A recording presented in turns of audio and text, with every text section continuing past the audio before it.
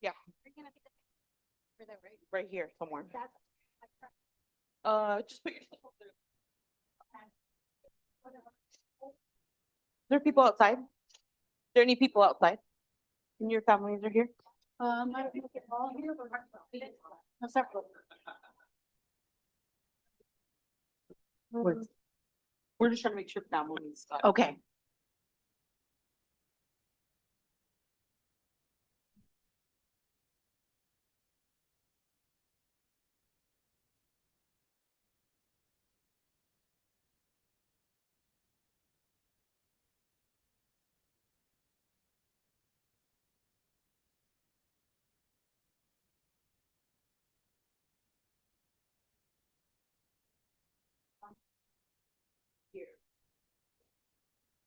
Okay, ready? Good evening, Board of Directors, Superintendent Lario, staff, and guests. Thank you for joining us this evening for our January regular board meeting today. It is 5:47 p.m. I now call this meeting to order. Please join me for the Pledge of Allegiance. I pledge allegiance to the flag of the United States of America and to the republic for which it stands, one nation, under God, indivisible, with liberty and justice for all. We have our agenda today in front of us. Do we have any amendments or any questions? No? Do I have a motion to adopt the agenda as presented? I move to adopt the agenda as presented. Do I I'll have- second. Okay. It's been moved and seconded to adopt the agenda as presented. All those in favor say aye. Aye. Aye. All opposed, same sign. Motion carries 5-0. At this time, I would like to invite our schools to present their recognition. We will begin with Heritage Elementary.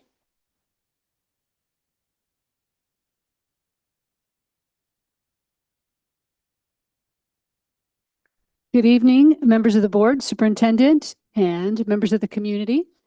I'm not sure where to face. Where would you like me to look? Community or you guys?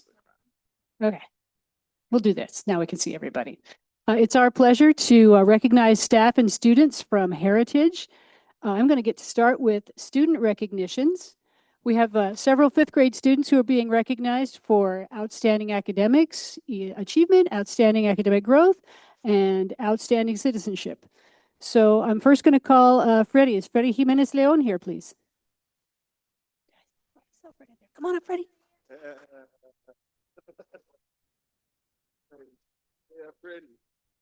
Freddie was nominated by his teacher for his outstanding math achievement and for his outstanding growth in reading in English. Freddie regularly achieves at high levels in math, most recently at the 98th percentile at his middle of the year math test. And in reading, he went from the 63rd to the 86th percentile, which is growing more than 92% of kids who started where he did at the beginning of the year. Good job, Freddie. We're very proud of you. Stay here, stay here, stay here, Freddie. Not done yet. Philippe Dumanov, would you come on up, Philippe?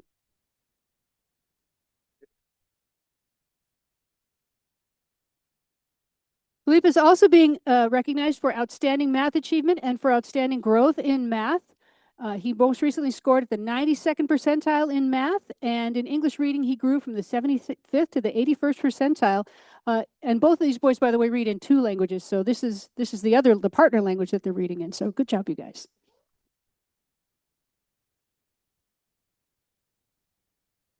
Jaylene, could you come up? Jaylene?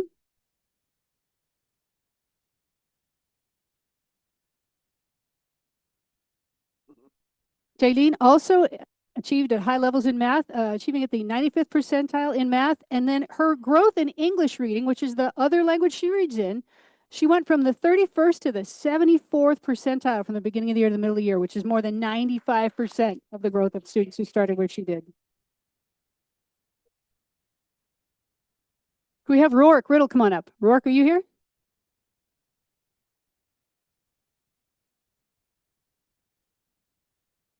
Rourke embodies what it means to be a Timberwolf. She's nominated because she is absolutely ready and willing to help anyone and help with any task needed around the school, whether it's grown-ups or students.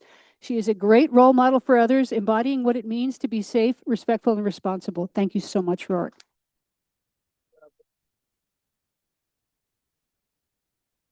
Adilene, are you here, Adilene?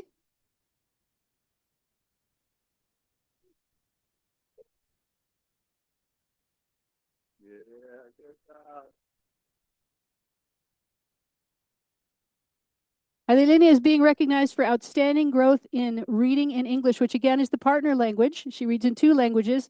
She grew from the 9th to the 38th percentile, which is more than 95th percentile in growth. Outstanding work.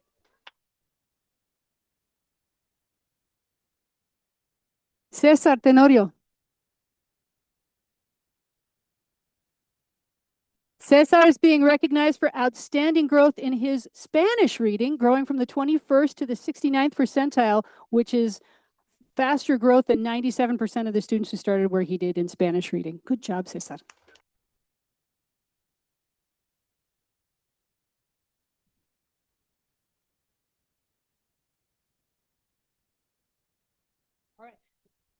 All right, good evening, everybody. For our staff recognition, we would like to recognize Gloria Brito Williams.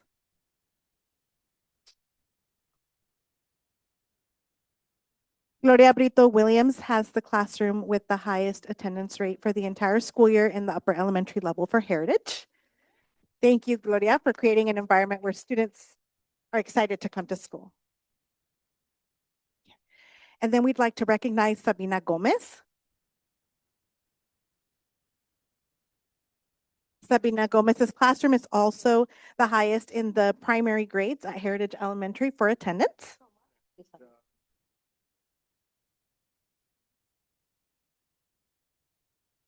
And this year, we have introduced a new approach to our literacy interventions, and we have had a lot of our educational assistants supporting with that. The 2 educational assistants who have gone above and beyond and have made significant growth with their students would be Fidelfa Mendoza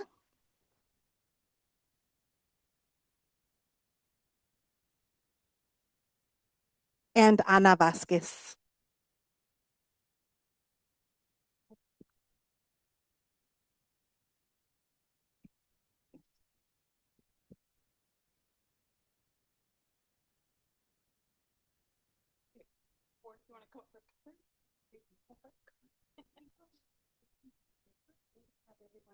Okay.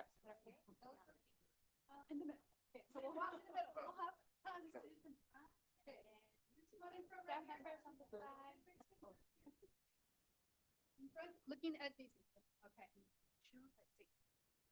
Good questions, make a line in front. Yes. Cesar, come over here. Go over a little bit. Perfect. Side, other side. Ready, get in there? Ready. And ready. Okay. Okay. Look, can everyone see me right here? Yes.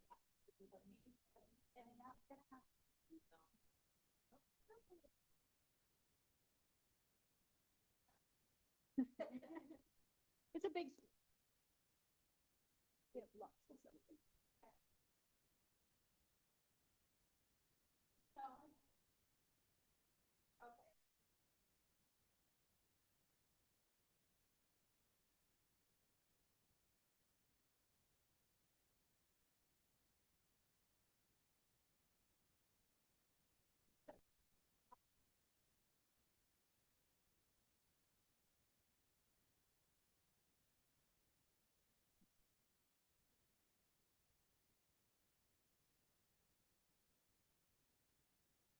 They're holding up their phones from wherever they are.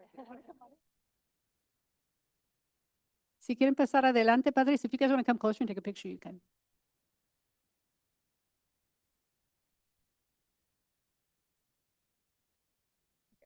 Awesome. Thank you, everybody.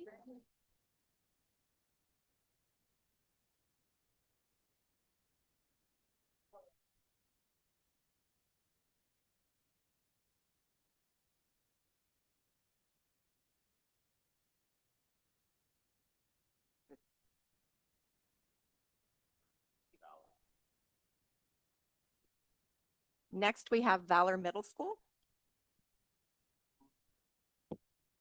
Good evening, Superintendent Larios, board members, and parents, community members, teachers, and staff. I am Ms. Hansen, principal of Valor Middle School, and I have Mr. Marquez with me, who will be recognizing our students and staff today. Thank you for being here in advance. Muchas gracias por estar aquí. A los padres de familia, algunos de los mensajes los vamos a leer en español, dependiendo del idioma de las familias. Some of the messages will be read in Spanish. It depends on their home language, the student's home language. Good evening. First student that we'd like to recognize is Bairo Godinez. Is Bairo here?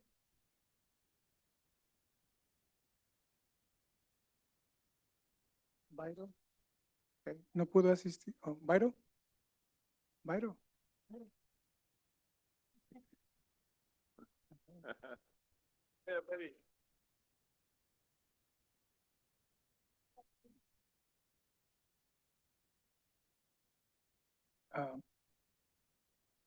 Un aspecto en que Bairo continúa sobresaliendo es la escritura, ya que a través de sus palabras logra expresar su verdadero ser y cumplir su mundo interior con quienes los lee. Además, Bairo se caracteriza por ser disposición para ayudar a sus compañeros cuando tienen dudas o preguntas, convirtiéndose en un apoyo valioso dentro del salón de clases. One area in which Bairo continues to excel is his writing, as through his words, he is able to express his true self and share his inner world with others. In addition, Bairo is known for his willingness to help with his classmates when they have questions or need support, making him a valuable presence in the classroom. That's Bairo.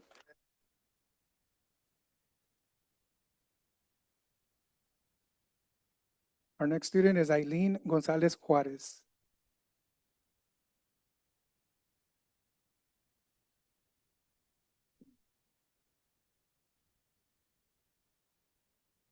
We would like to recognize Aileen as an exemplary student. Aileen shows up every day, not only ready to do her very best work, but to encourage her peers to do the same.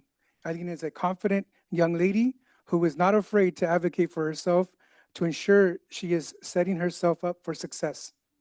She is a leader in the classroom, ready to help her classroom community with anything from helping peers solve math problems, encouraging them to read out loud in their group tables, in the table groups, and being the first to volunteer her answers. Aileen also shows great kindness to her peers, never gets frustrated when they ask her for help or a pencil, and always shows up to class with a smile on her face and a positive attitude. We're grateful to end each school day with Aileen in our class.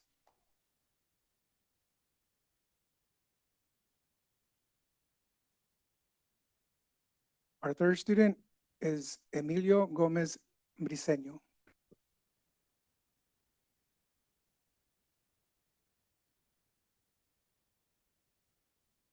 Emilio is always prepared and hardworking. He is interested in going above and beyond the work his teachers ask for him or of him. When given a written assignment, he is usually seeking to add in additional parts to go above grade level and challenge himself as a writer and provide extra engaging materials to the reader or for the reader. He is a positive attitude and is someone that that the teacher can always rely on to be on task and willing to contribute to class discussions. Keep up the good work, Emilio.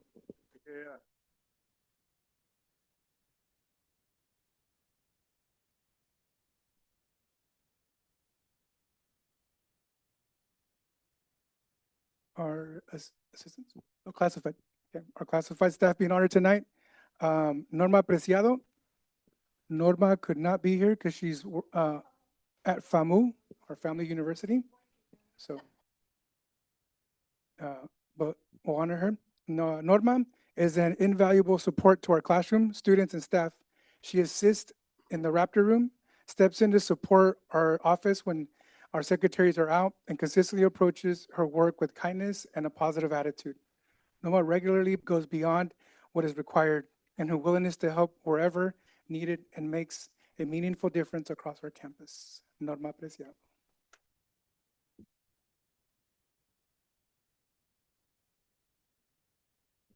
We'd like to honor Sarah Ramon.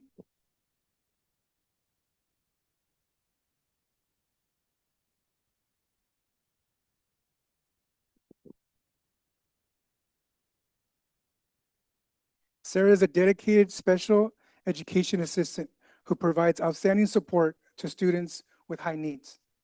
In addition to her work with students, she now supports documentation and scheduling appointments and meetings for our Spanish-speaking families, helping strengthen communication and access to services. Sarah is a true team player who consistently goes above and beyond to support both students and staff. Sarah Ramon.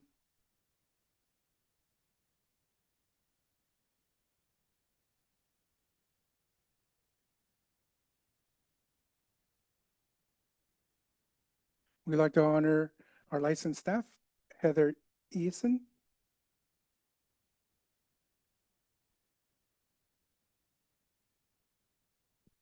Heather plays a vital role in supporting our entire special education department and serves as a strong leader within our school. She facilitates SPED meetings, supports our self-contained classroom, and works closely with students who are struggling academically and behaviorally. Heather consistently shows that she is much more than a speech pathologist. She's a dedicated advocate, problem solver, and leader for both students and staff. Mrs. Eason.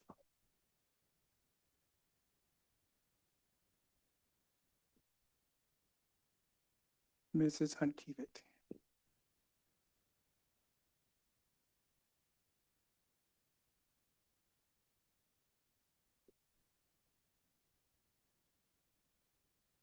Mrs. Hunt-Kivett consistently demonstrates exceptional effort and dedication to our students and school community. She regularly gives up her lunches and stays after school to provide additional academic and emotional support, while also working to create and sustain a positive school culture by actively participating in activities and initiatives. As a member of our leadership team, she goes above and beyond to support colleagues in every possible way, making her a true pillar of our school. Thank you.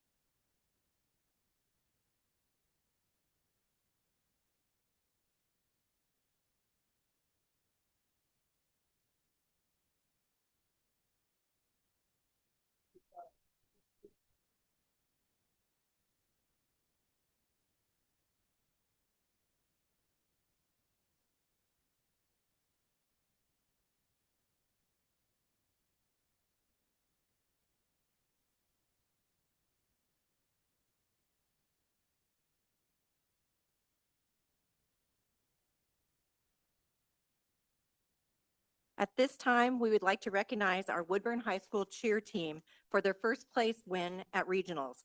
I would like to welcome Coach Jackie to present her team.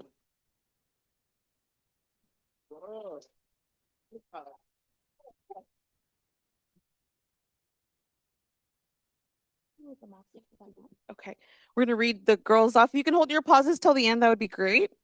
We have Jocelyn, Alessandra, Alexa, Anayeli, Jada, Itzel, Maria, Idaletsi, Yuriana, Angela, Jennifer, Ebony, Gabriela, Eva, Rayleigh, Sitlali, Jasmine, Naima, Brenda, Daisy, Natalie, Alice, Sitlali, Leah, Kiana, Violet, Carter, Olivia, Princesa, Damien, Victoria, Adriana, Alexa, Carla, Cesar, Cadence, Maribel, and Jasleen.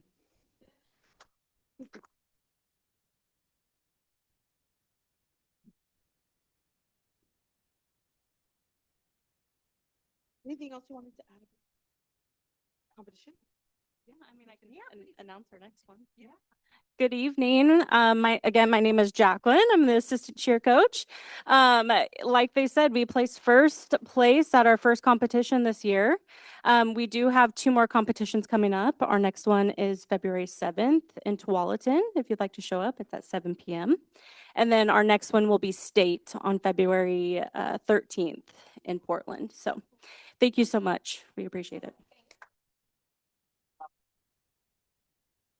We're gonna try to grab a picture too, yeah. Board maybe stand behind and get together and then pause for your team right there. And then you can stagger somehow.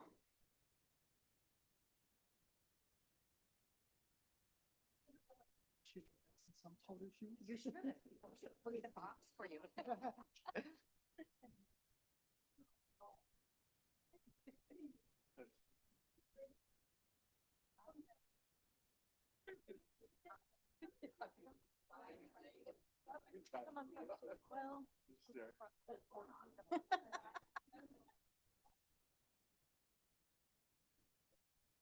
Find a window right here.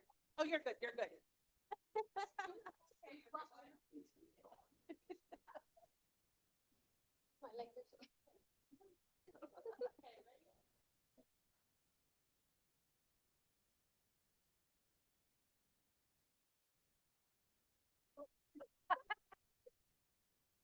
Don't breathe.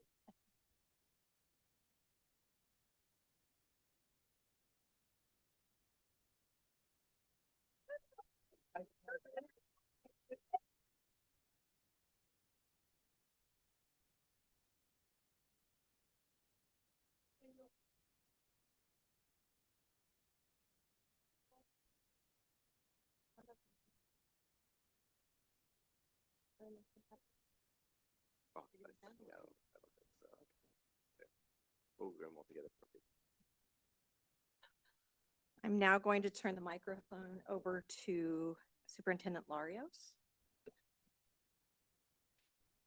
So we have one final group that we're going to recognize tonight, and that is you all here tonight, our school board. Every January is School Board Recognition Month, and so this is an opportunity for us to come and thank you for all the work and dedication that you're pouring into the school district. I personally want to thank you for your collaboration, your leadership, your dedication. It takes countless amounts of hours to really, really pour yourselves into this work, not only here at the meetings, but all the back work that you do just to prepare for these meetings. There's so much that and maybe the public and others don't recognize of what it means to what it takes to be a school board member. So I thank you for your dedication, your effort, your leadership to move our mission forward. And I do have a proclamation I'd like to read. Typically, we bring resolutions to the board for when we're appreciating groups of staff, our teachers are licensed or classified. So this isn't a resolution, but it is a proclamation that I want to read aloud and get into the record. So whereas school boards create a vision for what students shall know and be able to do, whereas school boards establish clear standards for student performance, whereas school boards are accountable to the community for operating schools that support student achievement, whereas school boards align school district resources to ensure that students meet standards, whereas school boards create a climate that supports the philosophy that all children can learn at high levels, whereas school boards build collaborative relationships based on trust, teamwork, and shared responsibility, and whereas school boards are committed to continuous education and training on issues related to student achievement. Now, therefore, I hereby declare my appreciation to the members of the Woodburn School Board and proclaim the month of January to be School Board Recognition Month. I urge all citizens to join me in recognizing the dedication and the hard work of our Woodburn School Board members for preparing our students for the world of tomorrow. So thank you, and you have some tokens of appreciation that we've collected. Some of our schools have created some posters as well behind you. We just want to thank you for your dedication, all the work that you're doing, and your leadership. Thank you. Let's get a, and that's school board's picture time.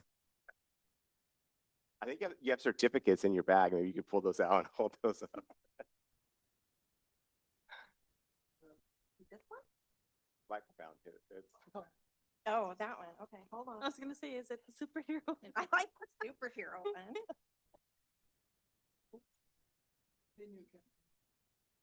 What's that? Wonder Woman.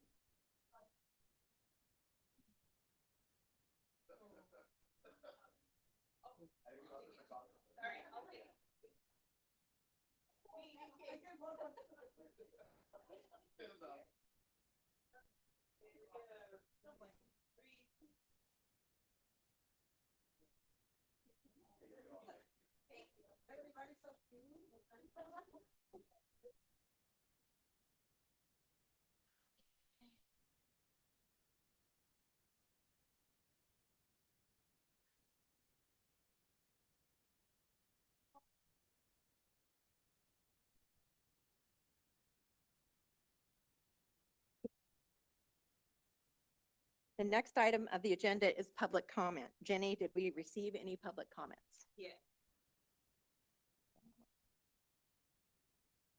Thank you for being at the Woodburn School District Board meeting tonight and for sharing your comments with the board. Hearing from our families and our community is important to us. During this section, the board's role is to listen. We will not be engaging in dialogue with folks making comments. When follow-up is warranted, that may be done through our superintendent in collaboration with myself, the board chair. As a reminder, we model the way for our children.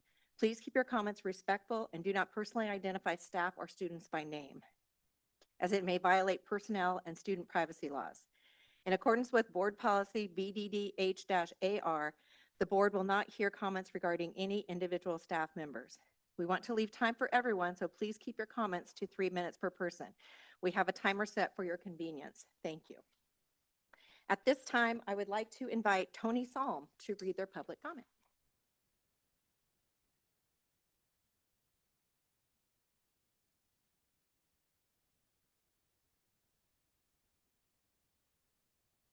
Good evening. Good evening. I'd like to start out by acknowledging the positive efforts by this school board that the school board has made for the past year to address the crisis faced by Woodburn's immigrant community in the face of the cruel, excessive, and unwarranted enforcement efforts being perpetrated by the current administration in Washington, D.C. The Safe and Welcoming Schools Resolution, first adopted in March of last year and reaffirmed in October, was an important first step in addressing these concerns to let the people of Woodburn know that you stand in solidarity with them. I'm here tonight, however, to convey an urgent message that more needs to be done. Currently, district policy KNAR states the district is prohibited by Oregon law to allow a federal immigration officer to access any part of a school building beyond the school office. Considering recent events in Minneapolis, this wording is problematic. By way of illustration, about 3 weeks ago on January 7th, ICE entered the property of Roosevelt High School in Minneapolis. They did not have a warrant. They conducted an enforcement action at dismissal time, which resulted in 2 educators being detained and students exposed to tear gas. On top of everything, the officers involved refused to leave the school property when requested to do so by school officials. In light of this, the question becomes, why should we maintain a policy that allows ICE officers to enter any part of school property, including the office, without a judicial warrant? Once immigration officers are given access to a school office per WSD policy, they would, by default, have access to the adjoining hallways and classrooms. Given these circumstances, I urge this school board to amend policy KNAR to make it clear that immigration officers, absent a judicial warrant, would not be permitted to enter any part of school property, including the office, and that any conversation with school administrators must take place outside the premises. It goes without saying that the powers of this school board or district administrators to hold back an assault on our schools by the federal government is limited. However, it's vital that as a statement of policy and as a concrete gesture of solidarity with a community that's already traumatized by ongoing actions, it is abundantly clear that our schools, including its offices, will remain as safe and welcoming spaces, in short, as sanctuaries. Thank you. Thank you, Tony. I'd next like to call up Adrian Montoya for his public comment.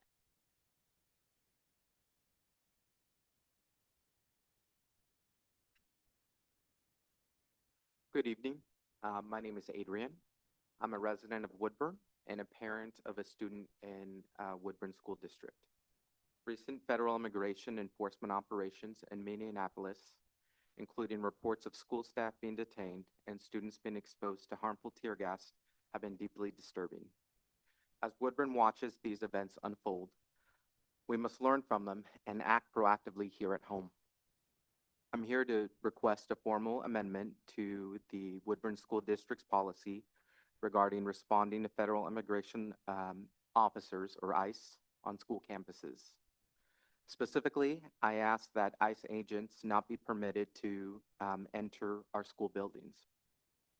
If federal agents arrive at a Woodburn school, they should be met by school administrators outside the campus. Administrators should verify their purpose and contact the district's legal team and PERC before any further engagement. Access to schools should require a judicial warrant. Federal agencies should present a valid judicial warrant to school officials before any interaction with students or staff is permitted on campus. Also, notification protocols must change. Parents and staff should be notified immediately if ICE activity is occurring, and lockdowns or safety alerts should be implemented when federal enforcement actions occur nearby or they attempt to enter a school. These steps are not radical. They are the minimum actions we should take to protect students, staff, and families from fear, anxiety, and traumatic experiences. Students should be focused on learning, not worried for their safety. And our schools must remain safe spaces. I respectfully urge the school board to make these changes. Our community is watching and our families are counting on you. Thank you.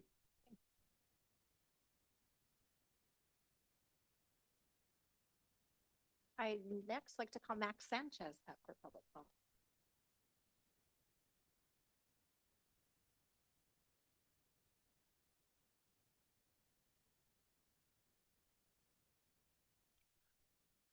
Good evening. My name is Max Sanchez, and I'm a teacher at Woodburn High School. We are seeing an unprecedented escalation of ICE violence both here in Oregon and across the country. 3 weeks ago at Roosevelt High School in Minneapolis, a few hours after Renee Good was shot and killed by federal agents, ICE performed an action on school property. This action occurred during dismissal when students were outside the school and preparing to go home for the day.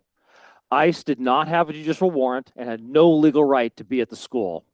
They refused to leave when asked to do so by school officials. When staff members tried to intervene, they were tackled and violently detained. Students were exposed to tear gas. Last week, federal agents in Minneapolis began using minors as bait to detain their parents, putting them at risk and exposing them to lasting trauma. These events demonstrate a troubling new trend. Students are becoming targets, and schools are no longer safe spaces. As a district, we must do everything in our power to protect our students, staff, families, and community against this onslaught. Our current policy states that if ICE shows up at one of our school sites, they will be directed to the front office. This is completely inadequate considering recent events. Firstly, in many of our schools, access to the front office would give ICE access to the entire building. Secondly, this still exposes our students and staff to potential violence and trauma. Thirdly, this policy assumes that ICE will follow the law, which recent events have shown has not been the case. I call on this board to change this policy. If ICE is on campus, school administrators should meet them outside the school. This will minimize the risk of exposure and will help keep our students safe. I would also like to see a change in our lockdown procedures. If we have a confirmed ICE sighting near any of our buildings, the school should do a lockout with exterior doors. With exterior doors are locked and students stay inside the building. If ICE is on campus, we should do a hold where students stay inside classrooms. If ICE should try to gain entry to any of our buildings, that should trigger a full lockdown. These are some common sense changes that will help keep our school community safe. Thank you for your time.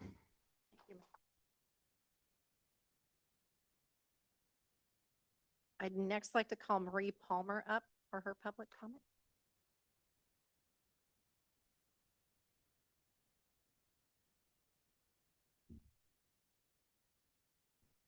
Good evening. My name is Dagmar Kina. I'm a resident of Woodburn, and Lee is unable to attend. So on behalf of Lee, I am going to read the statement.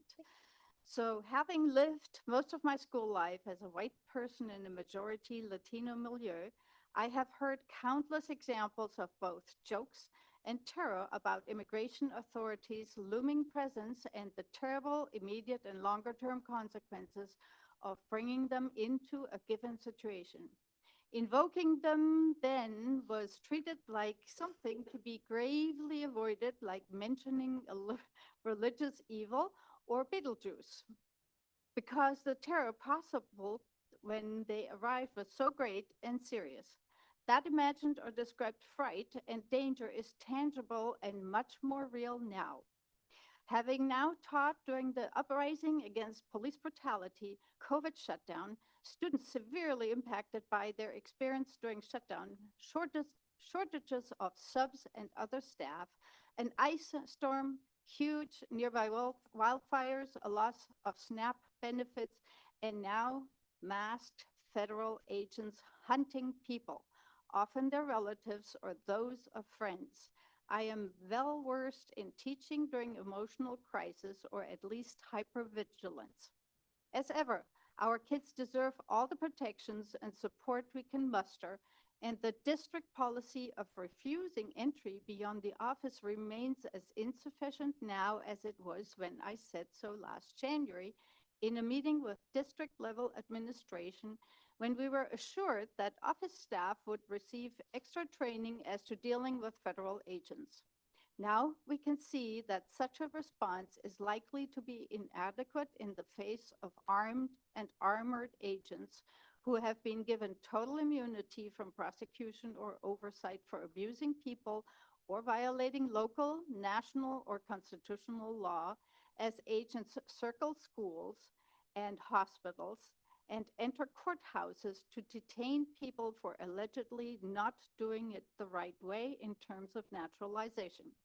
We call on our district to ramp up the seriousness with which they take the situation by preparing plans, policy, and directives for staff to protect and support our vulnerable students and their families when ICE agents do not submit to the authority of the citizens of the country in the form of the U.S. Constitution.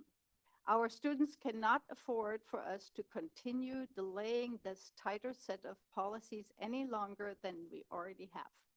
Thank you much.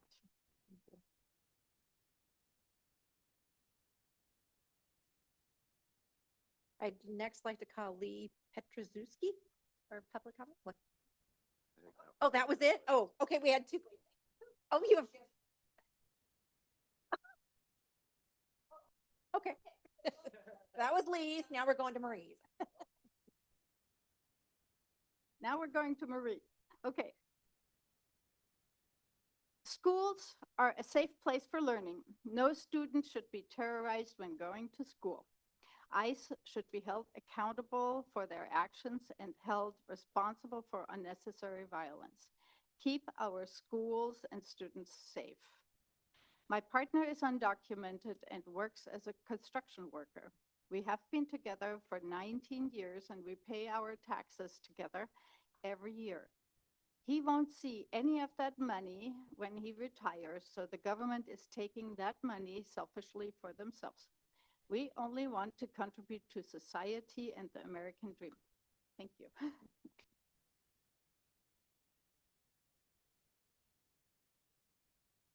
I'd next like to call Ella Johansson for public comment.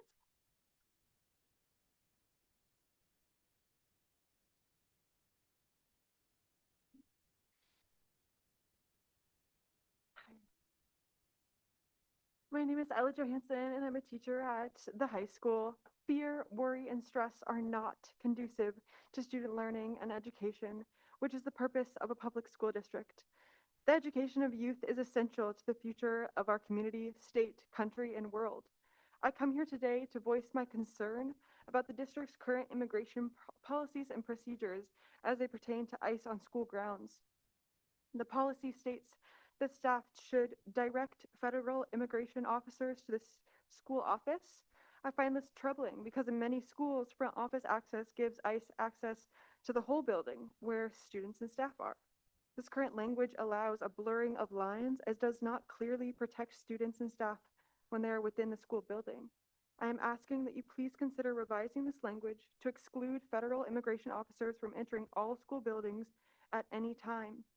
I believe that the policy should instead direct ICE employees to the district office. Thank you for your time.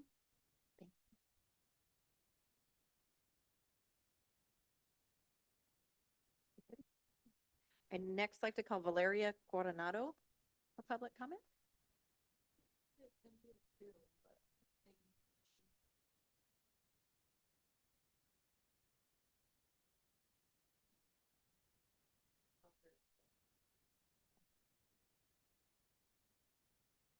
All right, then Geraldine Demio. Apologize if that wasn't correct. Sorry, also I'm really casual right now. I thought I was gonna do this virtually, so I'm really sorry. Yeah. This is not how to do it. Okay. All right, good evening. My name is Geraldine DeMeo, and I'm a mental health therapist.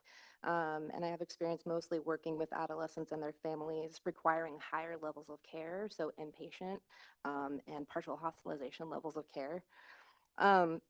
In recent years, I've had the pleasure of serving Woodburn families and teens regarding safety planning and suicide prevention. I'm sharing testimony today to support the urgent requests of parents, educators, and concerned community members in this room. Since last year, there has been a noticeable increase of adolescents from migrant families requiring higher levels of care and needing higher levels of care. This means decrease in levels of baseline functioning, so going to school, hygiene, eating, things like that, self-harm, and attempted suicides. So I'm silent right now because I want that to sink in. Many of these teens were afraid to leave their houses to go to school because they themselves were afraid to be detained and or actually kidnapped, not detained, and or afraid that their parents would be. They would come home and their parents would not be there. Sometimes they were even afraid to come into treatment to get the care that they needed. And I truly wish that I knew, but I don't know what happened to them or their families. Peers of impacted students and families are also affected, fearing that their friends will be disappeared. It doesn't matter how great a lesson plan is, learning cannot happen if kids are in a constant state of fear and dysregulation. Schools being safe isn't merely an education issue, it's also a serious mental health issue. This is a mental health crisis. I don't need to tell you that schools should be a safe space, and this community is pleading with you to take very tangible steps to stand by and protect these students. Thank you.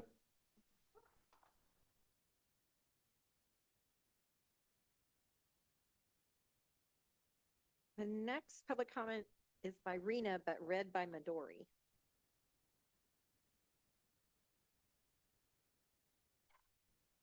Good evening, board. As you heard, I am Midori. I am a resident community member. I went to the school system here, but I am reading on behalf of Rena. Good evening, board, and thank you for hearing my statement. I'm a special education assistant in the district, and I work at 11 schools, as well as the student services office. As we have seen in recent events, the nation is living in fear due to ICE's ramping violence, and our community is no exception. With ICE having entered schools and taken children from what is supposed to be a safe place, it's no wonder the community is feeling anxious. The reason I'm bringing this up is because the current protocol for if ICE shows up in our schools is, to me, worryingly loose. The protocol is that ICE will enter the school's office, but no further without a judicial warrant signed by a judge. However, in many of our school sites and workplaces, the office is an open entry into the school, and there would be no meaningful way to prevent them from going further into the building, as you have heard. The reality is that ICE has become emboldened in their disregard for rules and regulations, as we've seen recently in many places like Minneapolis and Portland. If they are determined to get into a building, they will, and the way our district's protocol is worded makes their barrier to entry significantly lower. This puts our students and staff at higher risk. My proposition for an alternative would be for ICE to speak to the building administrator through the intercom included in the keycard system, and for any judicial warrant signed by a judge to be shown to the administrator through the glass of the entry doors. If and only if ICE presents a non-expired judicial warrant that's been signed by a judge and that grants them entry to the school grounds, that is when they will be invited into the office. My intention with rewording this is not to further drive a wedge through our community, nor is it to criticize the board. Rather, it is to prioritize student and staff safety and to bring ideas to the table on how to do so. I am not exempt from the anxiety that's gripped our community, and I am just looking for ways to further reduce potential harm. I sincerely hope you consider this option. Thank you for your time. Have a good evening and stay safe.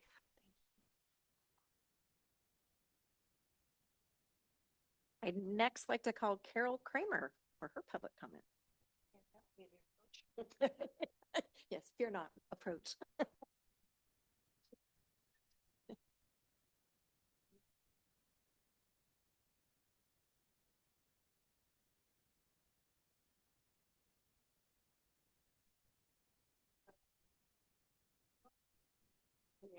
When you're dealing with a policy, it's easier to look at it. Okay, hi. My name is Carol Kramer. I am a special ed assistant at Heritage Elementary. When I looked closely at the existing policy regarding ICE agents on school property, I realized it has problematic wording in a couple of places, and I'm asking the board to update the language. In the first sentence, it reads that we should clearly, quote, clearly understand our role if a federal immigration officer or other non-local law enforcement arrives at a school. A federal ICE officer, singular. It reads as though an individual calmly enters a building asking polite questions. We have witnessed in multiple cities how ICE agents work in groups and that they are seen disregarding due process and acting aggressively. Knowing this, our current policy does not provide full safety and protection for our students and staff. Looking down under the key responsibilities and information for staff, the first sentence would be better if we clearly understand our role. I'm sorry, up above, make officers plural, just make it a group, because I think that shows more strength.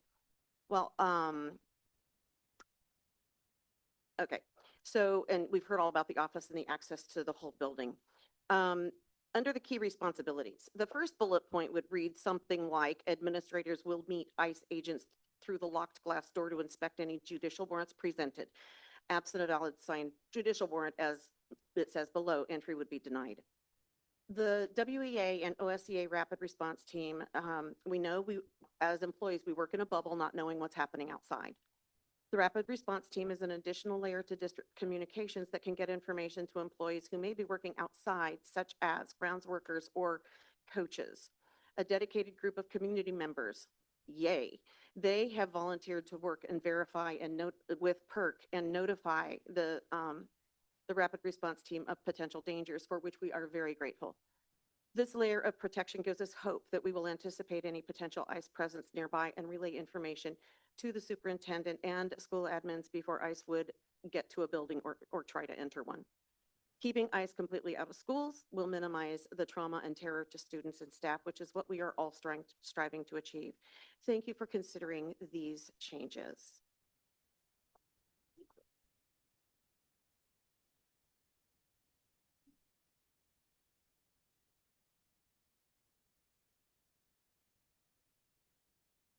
Okay.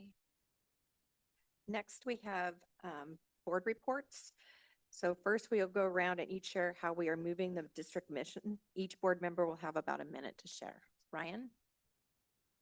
Oh, I would say I've been catching up on mainly staying informed on current issues. That seems to be a full-time job, but mainly, and then just preparing for the meeting. Yep. I feel like it's been quite a while since we had the last one because I was trying to think back. So I attended the French Prairie Middle School's parent club, attended their fundraiser, also the December French Prairie's choir and band winter performance, as well as the professional development day on January 6th, as soon as we came back from winter break. And I think that's been all, besides, again, staying up to date with what's been going on. And yeah. Rosie? So I've attended the Ballard student and 8th grade student and parent preparation for the high school with my student. And other than that, I've had other family commitments. So been busy with that as well. Michael?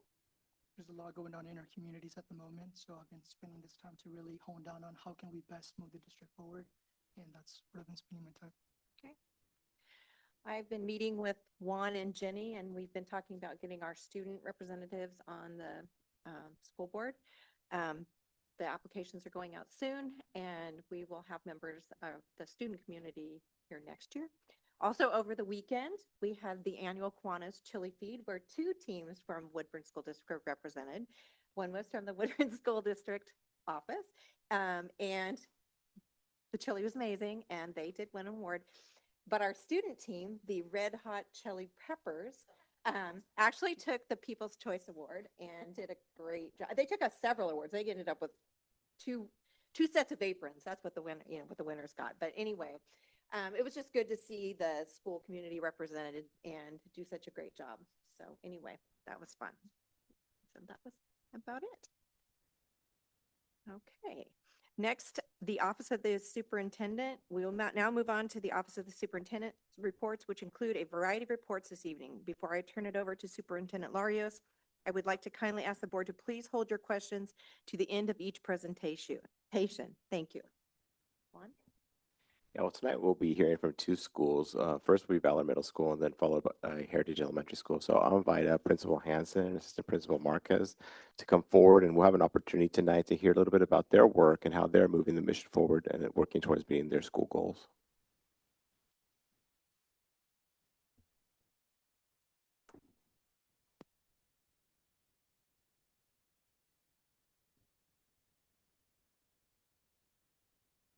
Mm, 100 keys.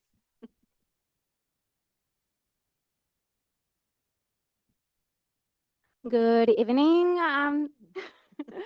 I love Debbie.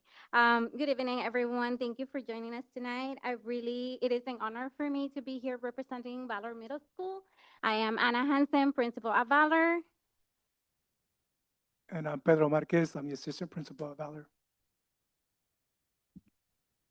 Today, you had the opportunity to see our amazing students and staff, and that is just a small part of the staff that we would like to recognize. I did include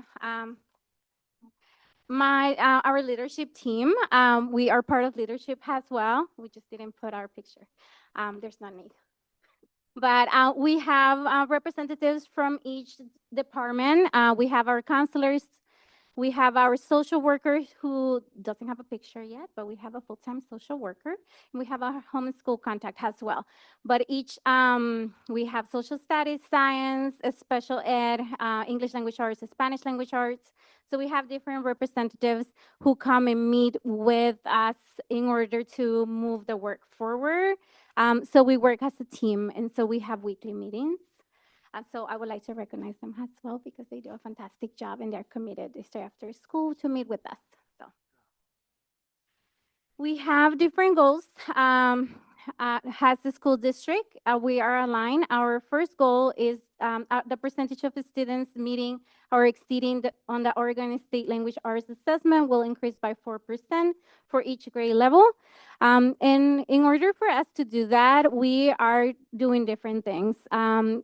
A lot of the activities that we're using or that we're doing to support this goal is we are using a START reading and lectura to identify students who might need support.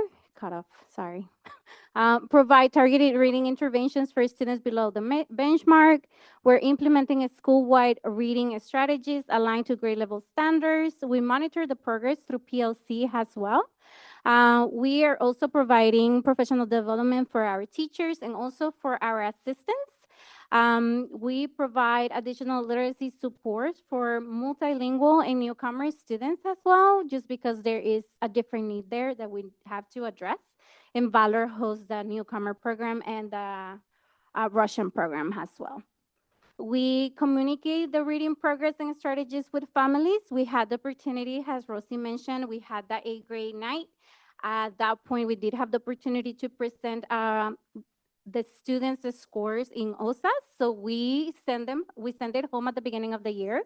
Whenever we get them, we send them home. We put them also in the CUM file, but we also made the effort to present it to the parents to inform them of what that was and what did it look like, and if their students were meeting or they were meeting or exceeding the standard, or if they were nearly there, or what do they need to do. So parents were asking questions at the end, and it was really fabulous to see the interest that took. And for those parents who were unable to attend, they schedule a meeting with me, and they have to meet and we go over it. So it's about 15 to 20 minutes that I meet with each parent just to make sure that they get the information as well. And the way that we did it, if you saw at the beginning, my first slide, it's also accountability. I'm really huge on accountability when it comes to the processes that we follow, not only for our students, but also for our staff. And so we kind of tie it with, like, if you want your students to participate in these activities, we must have this meeting. We need to be present and make the commitment that we'll make sure that our students are understanding, passing their classes, having good attendance and good behavior. So that goes together with the whole accountability piece, that we want to ensure them that they have fun and that they're safe in the school. So we did get, most of our parents came. I'm still having a few meetings, but for the most part, we did have a lot of our parents who were present. So yeah, and if you see the chart right there, we are presenting professional development, and then we go and do walkthroughs, and that is some of the classrooms that we visited. Every week we visit different classrooms, and those are some of the strategies that we're able to see when we're there. We don't stay there for a long time. We try to come in, but we definitely visited the classrooms to make sure that we are, walking the walk.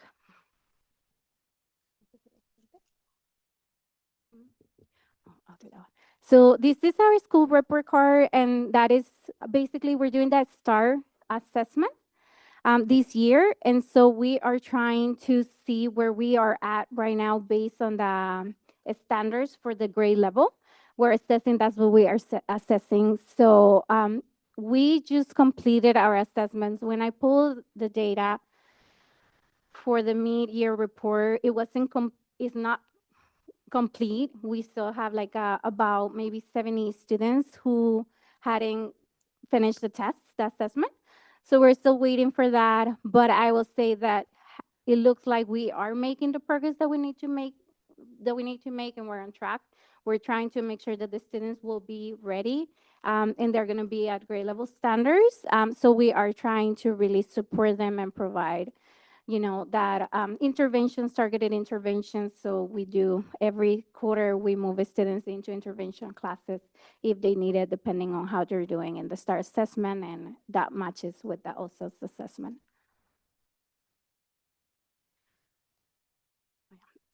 So this is also like the data that we're collecting every time we go into those classrooms. It tells you teacher-student talk ratios.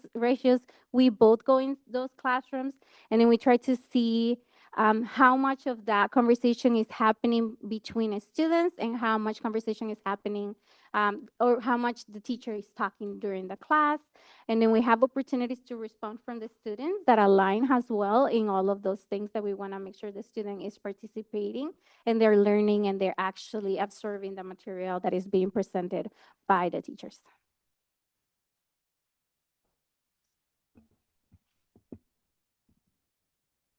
Our second goal is 72% of students will be regular attenders.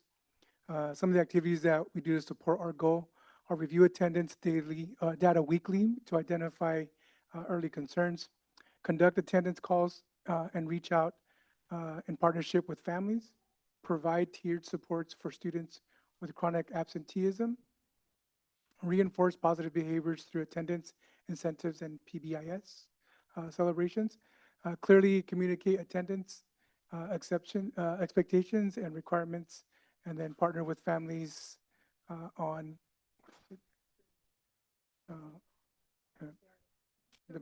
to remove barriers. And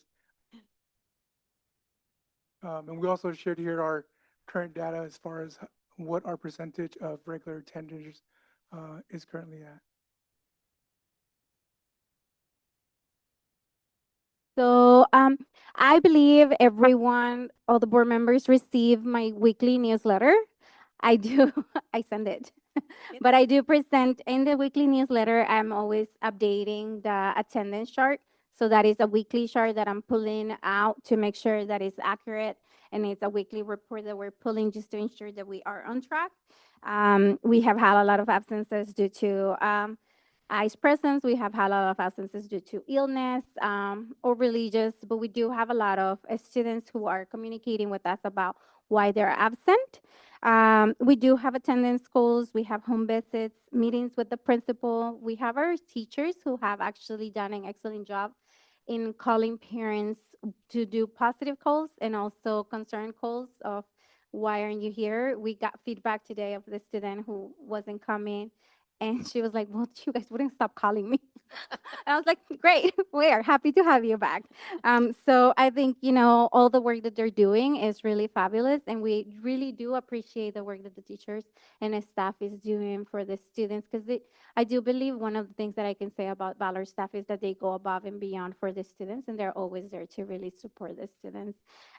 So yeah, we do have a lot of accountability. We receive a new student today, and we ask her, you have friends here? And she's like, yeah, I have so-and-so. I'm not gonna say the name, but and then I was like, what did you hear about Valor? And then she said, do you guys really care about the grades? And I was just like, good. I'm like, that's good. And you're super strict. I was like, yeah, true that. So we do have accountability, we have expectations, but we do have a lot of support. So our meetings are usually asked and then a counselor, just because we do want to provide the level of support. And so the next is just pictures that we have. We do have positive office referrals where the teachers write a positive office referral for students. And I get to call home to let the parents know that their kids have received a positive office referral. A lot of the parents are surprised, when a mystery calls And to let them know, hey, I just wanted to let you know your kids got a positive office referral, and we give them like a little snack to reward them in front of their friends. And we do it during lunch. We recognize them during lunch so that they feel motivated to do things right. We did have one kid who came and he's like, I do everything right, and I didn't get a referral. I was like, it's okay. Everybody wanted to write him one, but we're like, let's wait. But yeah, so we do different things. Some of the other things that we've done recently are have our award ceremonies where we recognize students for their efforts in the classroom and also on our playing teams. So we have a few assemblies that we've had so far recognizing our students. I don't think we're gonna finish. Oh well. Well, Uh-oh. we Uh-oh. have the presentation, so Yeah. if anybody has any questions about Yeah. the youth truth, then we will. Well, skip the youth. We do have a lot of data in the youth, just to say that. And you can see the data for the multiple years. We are working with our students to really increase like how they feel, like, the perception of how things are going. I know sometimes middle school is really hard, but we do have all the data for students and then families, I think, and then staff. Yes, so everything is there, and you can see the progress that we have made or how, you know, whatever we have declined in something, then it's right there. Does anyone have any questions, comments? I would just like a clarification, like on this table, so these sixth graders in the final 24-25 go to the beginning of the year seventh graders. So that's how that jump were, like, when I'm looking at this table. Because I noticed a 9% to a 16%, and I just had wondering, that's a heck of a summer program, I guess. I mean, like, yeah. So yeah, so that is the final, how they ended in fifth grade. And so those are the students that we have currently enrolled, and that was their also the score that we received. So that is the standard test. test. Yeah, it's not the same test. No. We're doing it based on a STAR assessment for now. Oh, so I thought Mhm. STAR was in place during the final 24-25. No. That's Okay. the data. No, that is the OSA. Yeah, Okay. that's the state test that they're taking at the end. And so our goal is, because the STAR assessment aligns with the OSAs, we want to make sure that it goes to that point of like at the end that we're gonna measure that with the OSAs. So it's gonna be at the end it will be apples to apples. Right now it's not. Yeah. Thanks. Yeah. I mean, yes. Yes. That's Yeah. very promising. Yeah, very. So it's looking good. So we have been talking to the students also to let them know the importance of what that test means, because a lot of the times they just take it and they don't Sure. actually. Yeah, that's like- important. So out of your 32% of absencees, which grade is most affected? 8th grade. Really? Yeah. Our absences have been mostly in 8th grade. Yes. And even though you changed from different testing and tracking programs, do you have data of the 8th graders to show where they started when they were 6th graders to what they are now as 8th graders to show their progress For attendance or for OSAS? for like Or math, reading? reading and math? Oh, okay. Sorry, I misunderstood. I thought we fine. were I talking need about attendance. clarification. I know it's totally fine. So can you go back? It's not attendance, it's for reading. For reading, it's our 8th graders are doing really well. I think at the end of 8th grade, we usually get them on track a little bit more. So they have been doing, I think it's also like that. They get used to middle school, right? It's a lot harder at the beginning when they're 6th graders. They have, 7 different classes. I have to go passing period. I have to switch the schedules again. So there's a lot of things, social emotional too. It's lovely. I don't know if you guys have middle schoolers, but yeah. So it changes. So our numbers have changed and they increase when they are in 8th grade. In 8th Maybe grade for that's sure. something that you could Yeah. get, like where they were at 6, where they were at 7, where they were at 8. Yeah. I know you wouldn't have it with you now, but that's. Yes. That's. something Yeah, you could we provide. do have Okay. the data. Yeah, absolutely.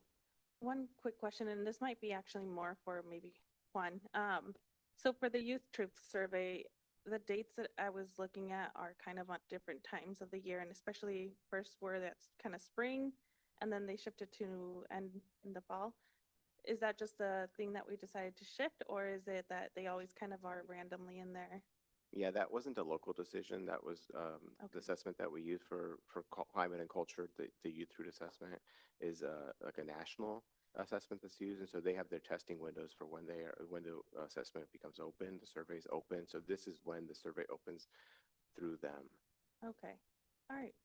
But the last one that was taken is November, when students were the last 2 years. Yeah. Okay, thank you. Well, thank you so much for presenting and thank you for all your guys are hard doing work, great. your staff. So, You're thank doing you great. guys. Thank you for having us. Thank Any questions, please feel free to email me. You got my newsletter. Oh, yes, I'll see you Thursday. Wear your shirt. I do want to say thank you for everything you guys do. I know you guys, I give you a little like goodie bag with a little cup and we have a lot of stickers because I love stickers. My kids love stickers. And wear your shirts. Well, thank you.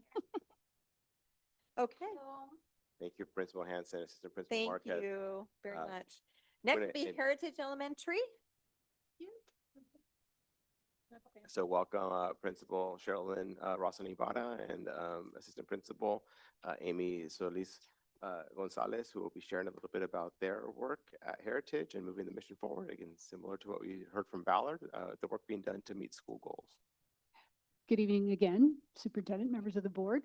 This is going to sound similar because we are a school district, not a district of schools. So when the slides come up, we will be showing you our school improvement goals, but we'll also be talking about how they align with district goals, how the professional development aligns, and then we'll talk a little bit about results.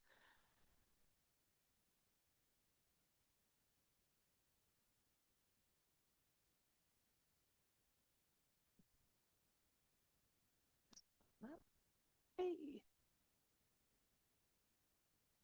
You just look at it small, I guess. Yeah. Okay. Well, maybe we look at it small. That's cool.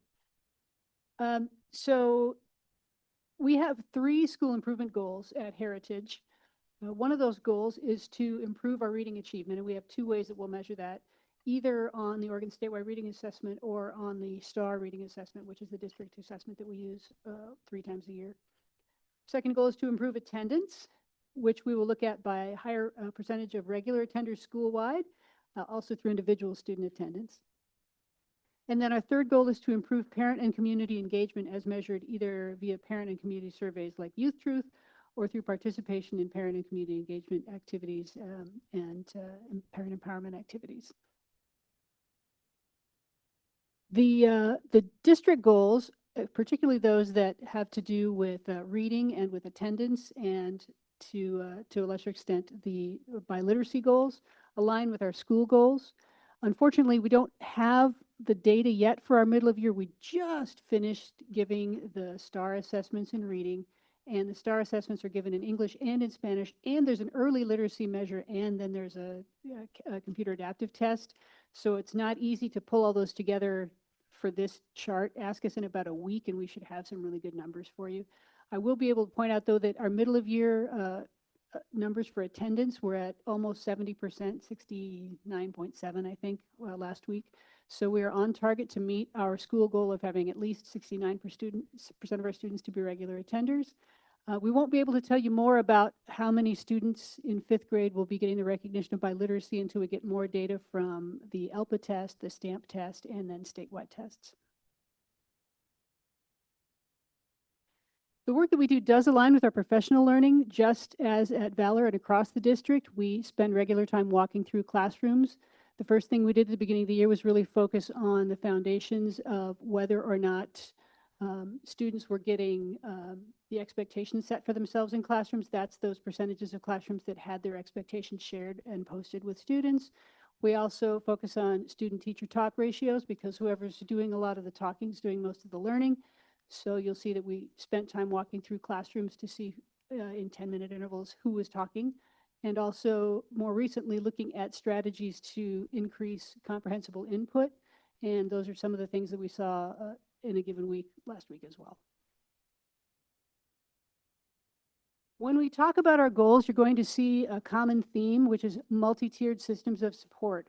Particularly when we talk about reading and when we talk about attendance, you'll see that tier 1, that bottom tier, that universal tier, that's what everybody gets. And for most kids, that's going to hit the target for what they need. Then there's going to be tier 2, a more targeted approach for whom the universal stuff wasn't enough. And then for a very, very small group of kids, a very intensive approach. That's true, again, whether we're talking about academics, whether we're talking about social and emotional learning, whether we're talking about attendance, reading, all those things. All right, so looking at our goal, our number one goal is reading. So students who are below the 50th percentile in measures of reading achievement, which for us it's STAR, score at a higher percentile in spring of 2026 than in the fall of 2025, or 24% of all third grade students are on grade level as measured on state language arts tests. I do have a link to a little video from one of our classrooms.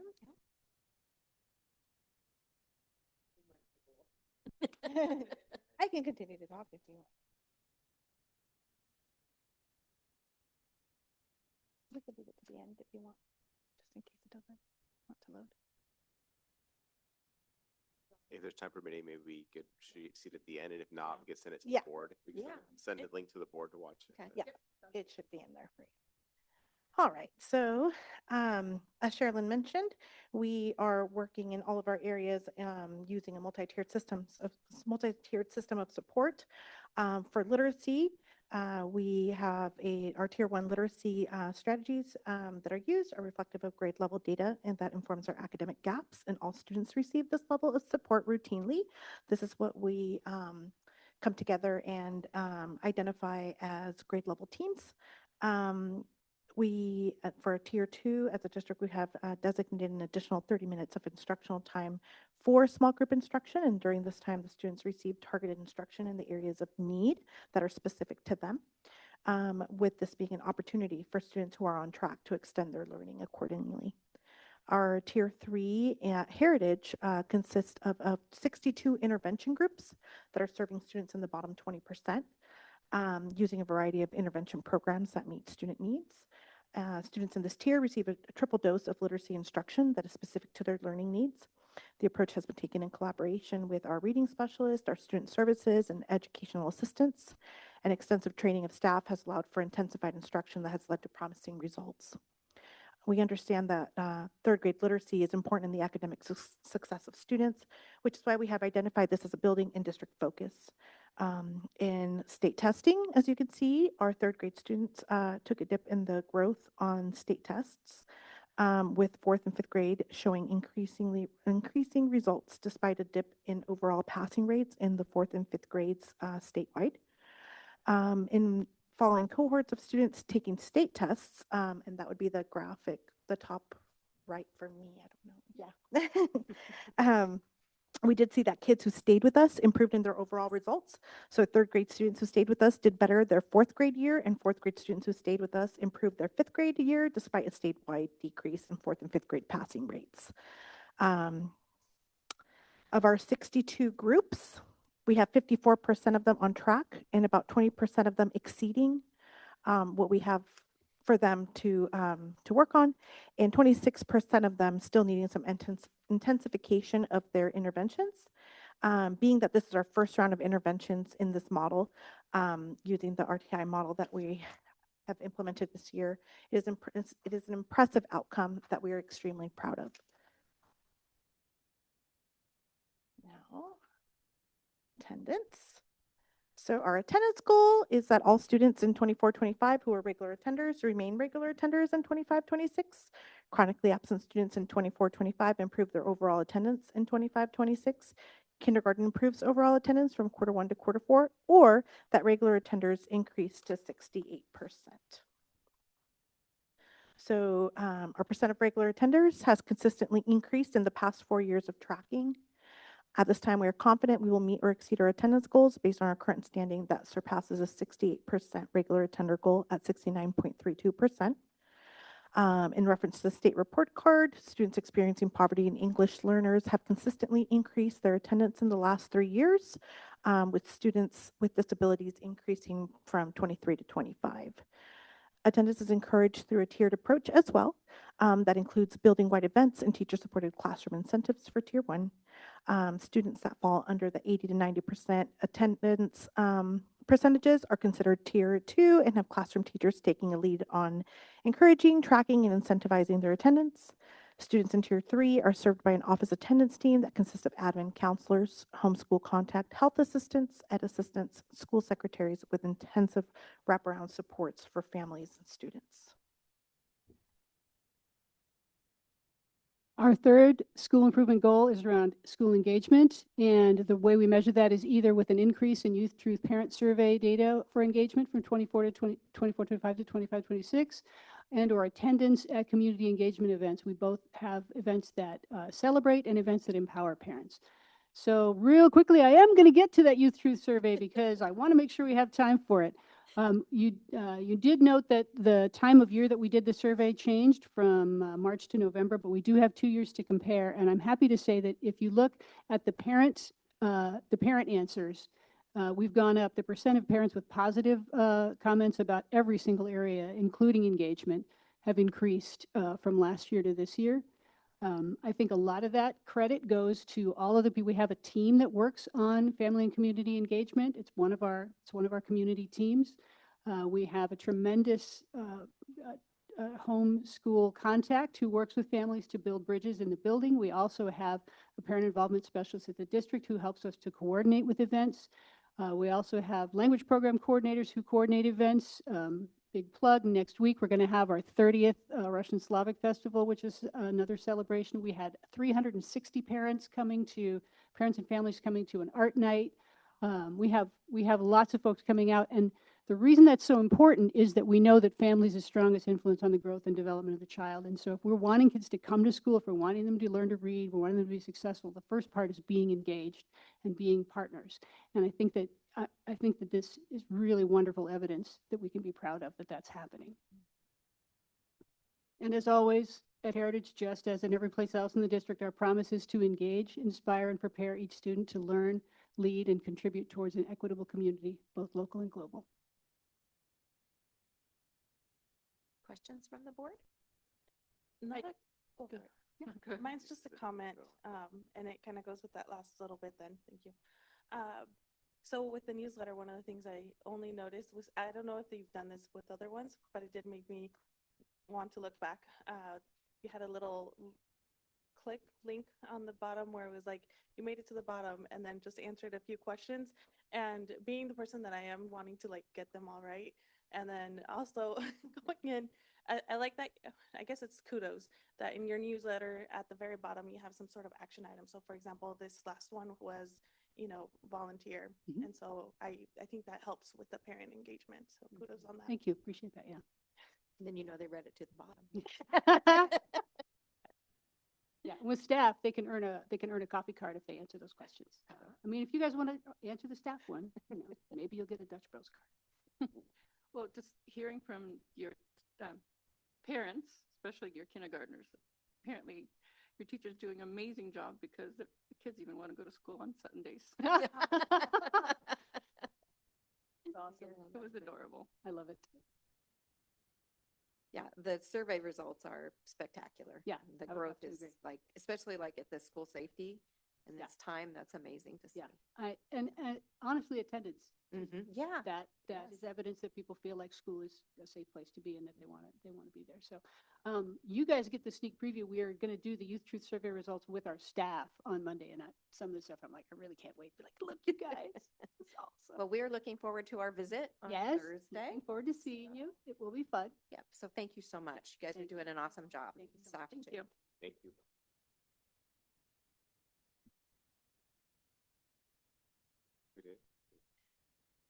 Okay, the next item on our agenda are confirmation items presented as following. 1, meeting minutes of December 9th, 2025, regular board meeting. 2, personnel. 3, surplus property disposal report. 4, acceptance of gifts and donations. 5, funding proposals and applications. The 2025 Brady Fund grant and the high dosage tutoring early literacy grant. Do we have any questions?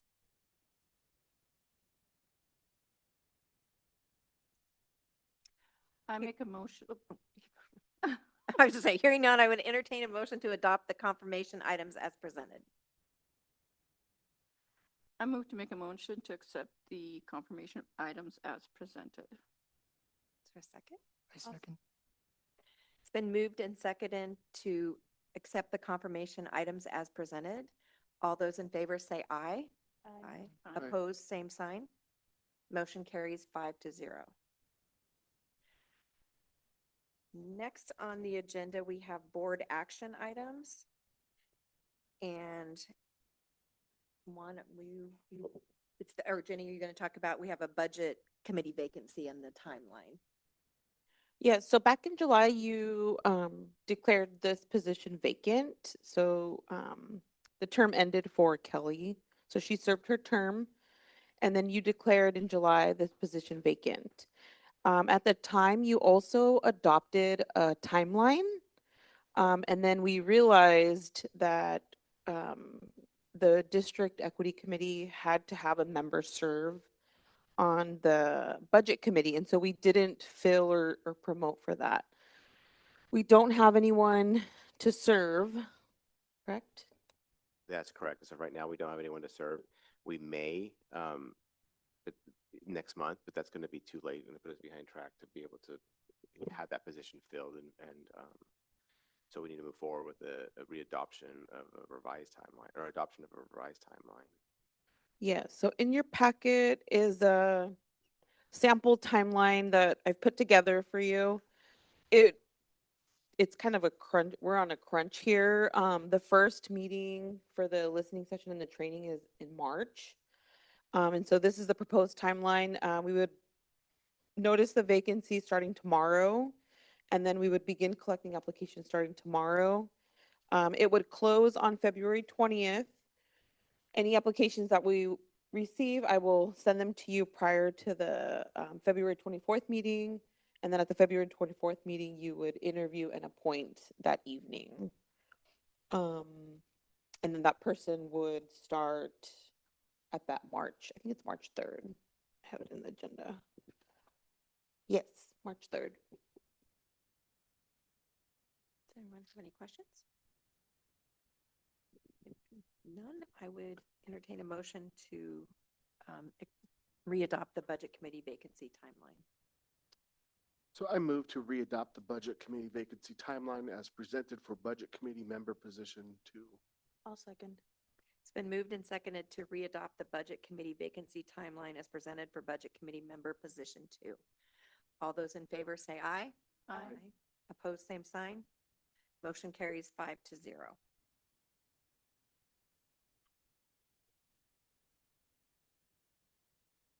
Next, we have board calendar. So our next meeting will be February 10th, and that is a work session starting at 5:45. Then we have February 24th, which is a regular meeting beginning at 5:45. And on March 3rd, we have budget committee training and listening session, which begins at 5:45. Chair. On Thursday for your visits, we are beginning at Heritage at 11 o'clock. Thank you. And then are they eating lunch with you or with the bigger kid? We'll figure that out. You're eating lunch somewhere. Yeah,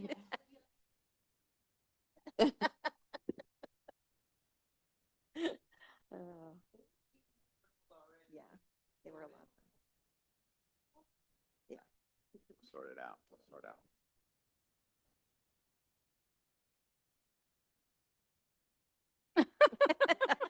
We'll let you two We'll duke sort it it out. out. We'll sort it out.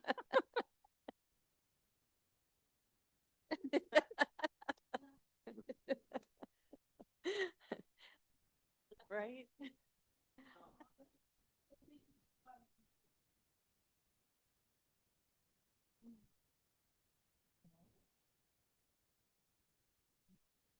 Okay, the next item on the agenda is the community engagement worksheet.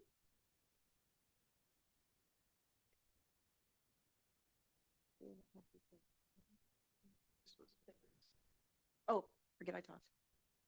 Okay. Do you want to talk about that? Sure, I'll introduce it. I believe each board member has this in front of them. And this was an idea that emerged at the last board training.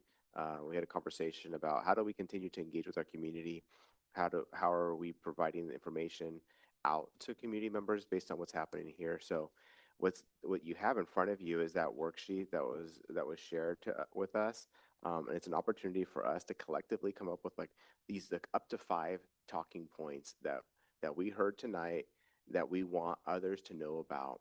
So we'll have some opportunity to discuss and synthesize some of those big ideas, up to 5 things that we want our community to be aware of, and then discuss like, well, what spaces are we going to be in to be able to share those, so that when we come back at the February board meeting during the board report time, we'll be able to share how that went when we shared in those different spaces the talking points from tonight. So it's our first time kind of trying this out. We might take a little bit of time. Oh, right.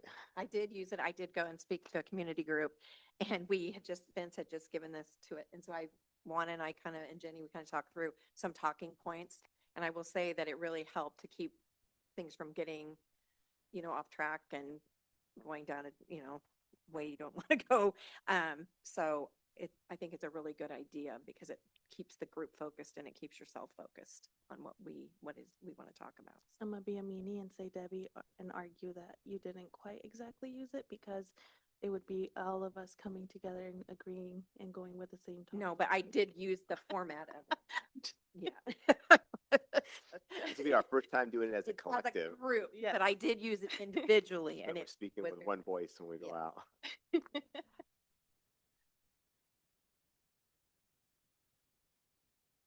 Yeah, so maybe what's one thing that you heard tonight that you think is important for our community to know? Well, last meeting and also given that we've already also declared the vacancy and are wanting to fill that for the budget committee, I put that as number 1. Promoting it. That's good. That's what I did too.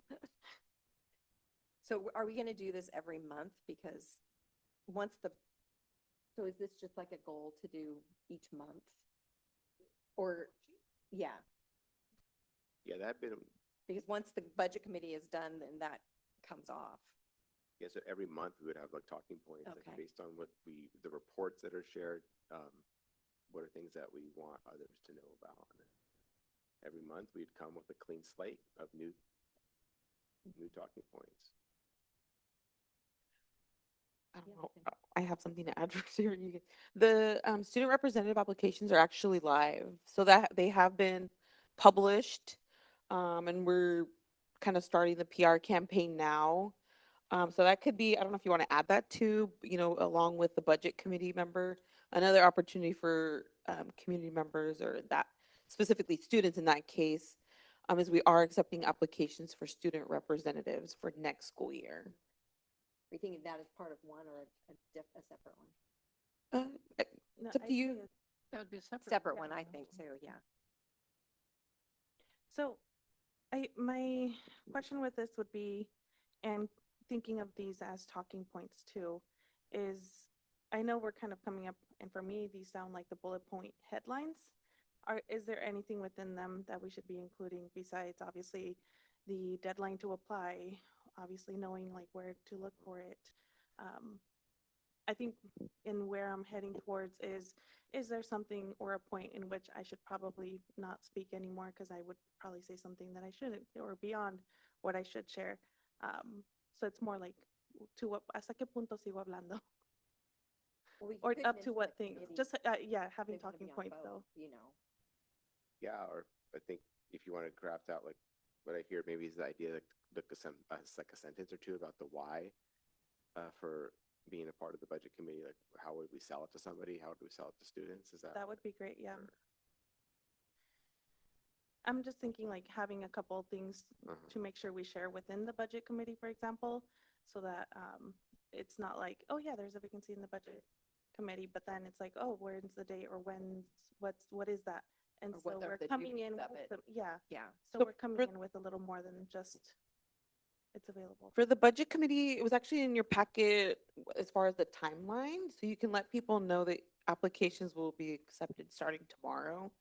And I can push that out to you as soon as I finish it. What I do is I'll create a web page off of your website, and it'll have, you know, budget committee vacancy, and it'll have the instructions um, on how to apply. So it'll have the application, you know, whether they want to print it or pick one up here. It'll have the deadline, and then it has listed the meeting dates on when the meetings are going to happen, so they'll know what they're committing to. Do you have any kind of little blurb about what the duties of a budget committee member are? What the expectation? Because that would be good for them to know as well. Probably, I think it's on the application. It is on the application.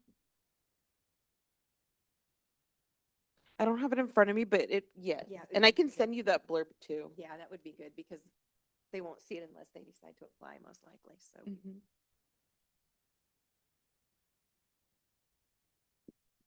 I did see the link for the student rep as well, so. Yeah, the student one is live. And that one, it has a little summary on like what the background is, what the eligibility is, how the selection process will work.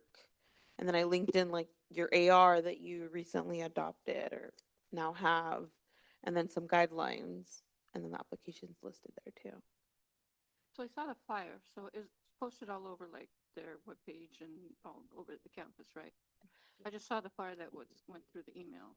and Mike Yeah. did a very nice Facebook thing as well. That was very nice. Yeah, I shared it on our district Facebook, and then I'll have to check, kind of loop back. I shared it with the high school, and they were supposed to kind of get it on their screen. I haven't verified that, but my guess is they probably did share it there. But they were going to share it out with students, and then we're going to go and announce it and answer questions to students as well. So that application in particular is not due until April, I think it's 20th, April 15th. So you'll accept applications until April 15th.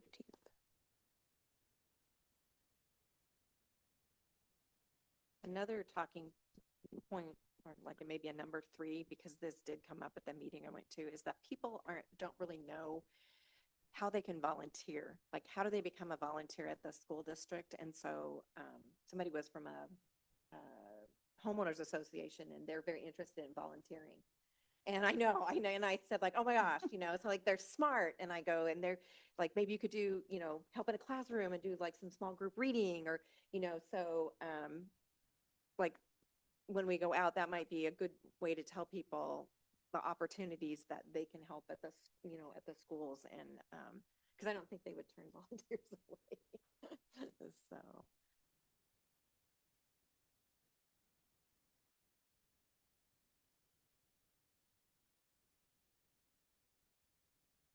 Now, Juan, you mentioned talking points on what we heard tonight. I mean, does that include public comment? Should we have talking points on what the district's doing to respond with ICE? So we have from I mean, I know that you've sent that out multiple times in emails, but is that the type of thing you want on here? Like, or is this the type of thing we want on here? Hey, what's the district doing about ICE? I mean, I get that question, and then I have to go through, sanctuary law, and go through what we are doing. Yeah. And so I don't know if that's a unified talking point, like really thought out response by the board, or just wing it with the information that we have. Yeah. Or that we've memorized ourselves. I mean, I kind of went over safe and how we revised safe and Sure. welcoming and Yeah, how we that's- revised the AR and because that kind of has the protocol. But yeah, I agree that So, it is going to be a question that is asked everywhere you go. all the time, yeah.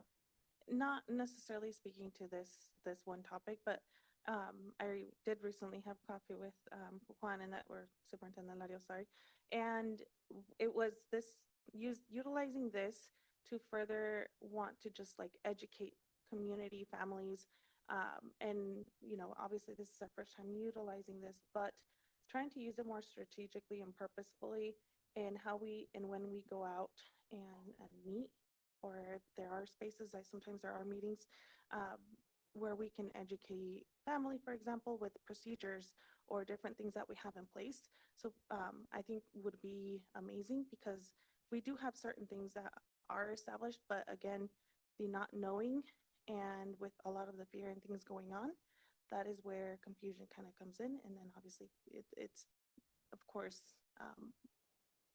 very likely that, again, the uncertainty or just not knowing does cause and does affect a lot of families. And so being able to understand and also see that sometimes some of the languages or what it is that we have and what it represents, and I think would be a good thing long-term, not, again, not just stating for this, but also, I think when I was also mentioning it, I was thinking about like, if there's an issue and a parent comes to you, kind of reinforcing what we do already have established. And so a lot of it is educating throughout.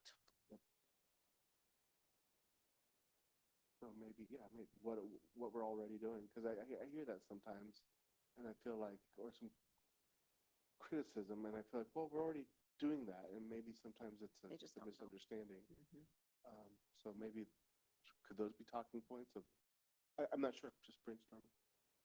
But it seems like that's the concern. And I feel like I haven't,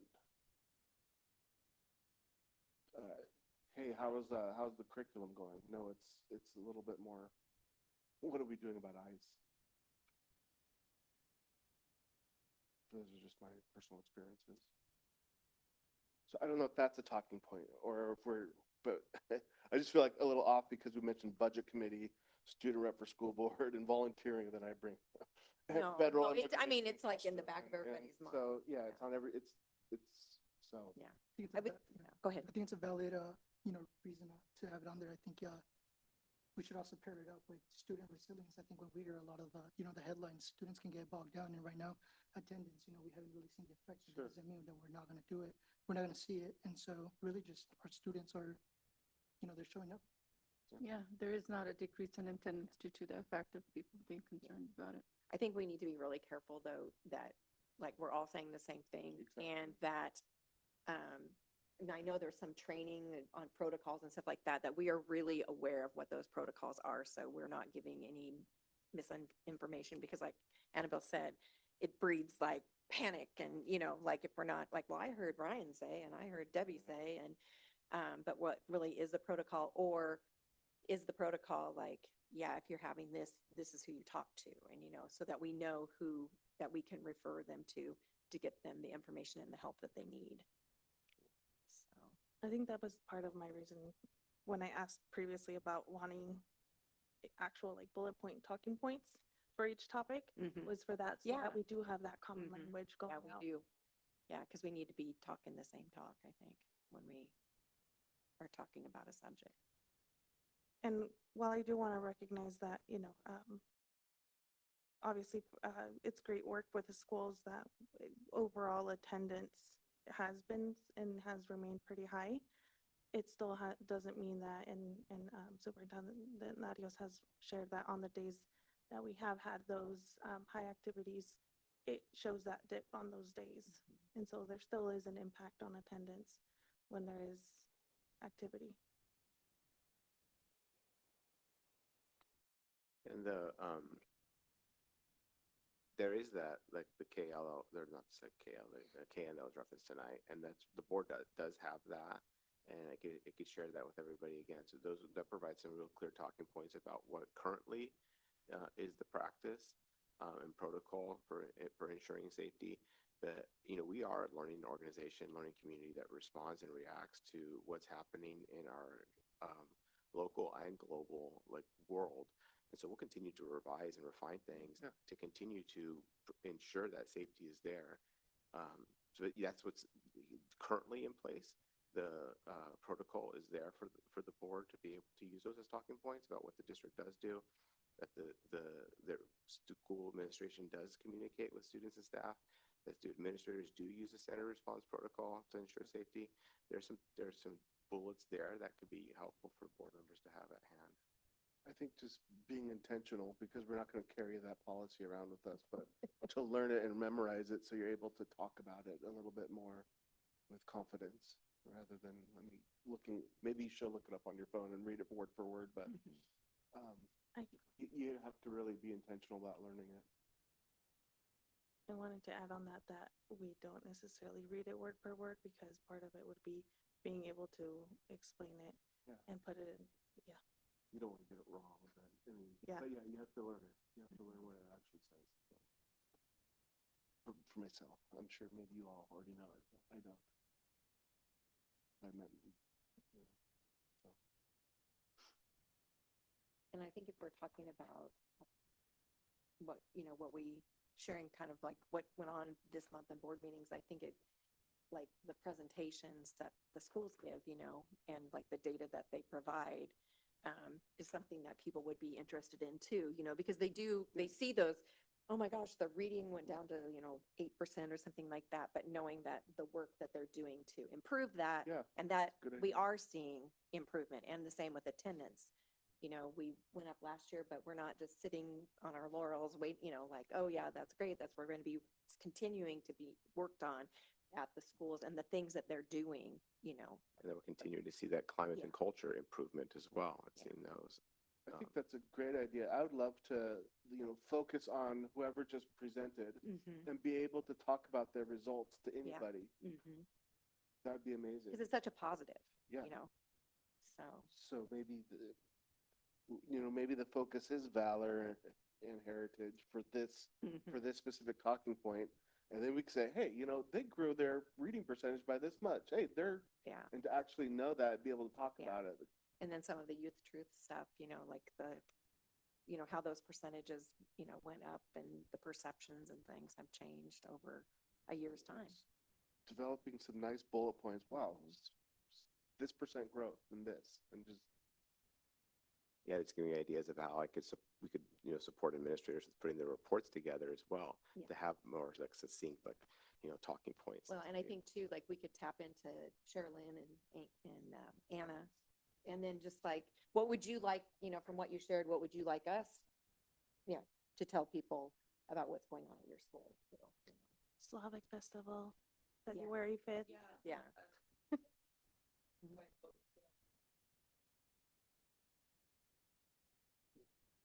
What day did you say that was, Sherilyn? February 5th. February 5th.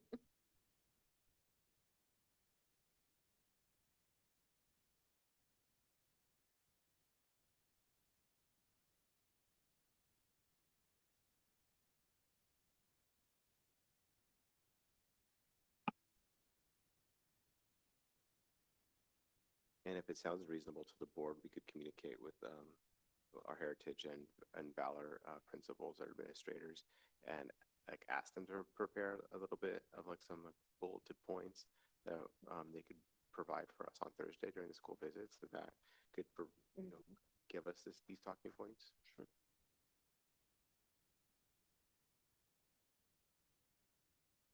Mm-hmm.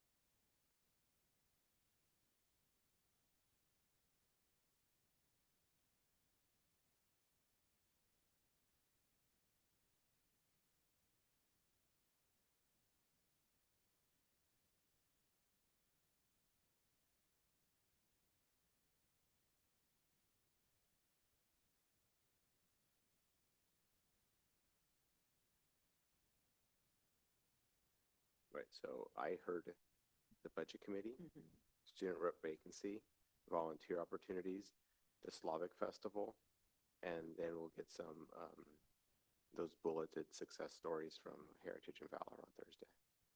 And then also, since it was public comment, I think the ICE, like, what, like kind of some bullet points when people say, and like, what are we, how's it affecting, like, so we have some talking points about that, because it always comes up. So. Correct. And I'm just wondering if there's, because we could just say, oh, well, we're following state sanctuary law, and that covers a whole bunch of things. But what are the bullet points that we're doing above and beyond that, if there are bullet points there? And so I think that those are the bullet points that I would like to focus on. Yeah, we're following state law and. Yeah, because you can't just like, not everybody reads state sanctuary law. So, it's just like, So set that as so the base. base, and then like, so this is Be what able we're to doing. stand upon that, yeah. And maybe there isn't, I don't know, Mhm. but. Hey, we have a resolution Mhm. and we have an updated resolution. And maybe that's a talking point. And And we revised the AR. what And are to we my doing? knowledge, we're the only district in Oregon that has incorporated language specific to federal immigration authorities and how the protocols that we'll be utilizing into an AR and into a policy. That's a bullet point. That's a bullet point. That's like the. Those types of things. I mean, To stress how seriously we are addressing this and taking this. Could you say that again? Because I couldn't write as fast.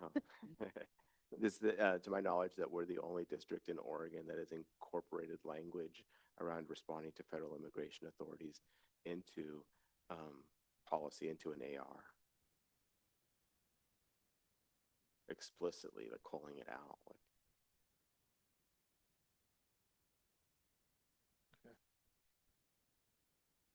Thank you. And so, I mean, one of it is how can we volunteer? How can we volunteer? How can we volunteer? I guess I don't really, I would need to be educated on what are Right. some of the volunteer options. Yeah. I know some of them, but I'm Yeah. sure I know very few of them Yeah, I think, compared to what's out there. like getting some kind of, like when Juan and I talked about it, because we needed to get something to this specific group, and we did talk about giving them information about SMART and then just like how they would come and be a volunteer if they wanted to do something else, besides just that, or, field trips, or come in one day a week to help in a classroom or. Question. And a good start. Go ahead. I was gonna ask, when you fill out to be a volunteer, does it only stay with that one school or is it district? Okay, fine. They're district-wide, yeah. And there is, the first step might be just pointing people to the website. The website does have instructions on the volunteer process, and that there is a volunteer handbook in English, Spanish, and Russian that describes some of the broad kind of responsibilities or opportunities to volunteer.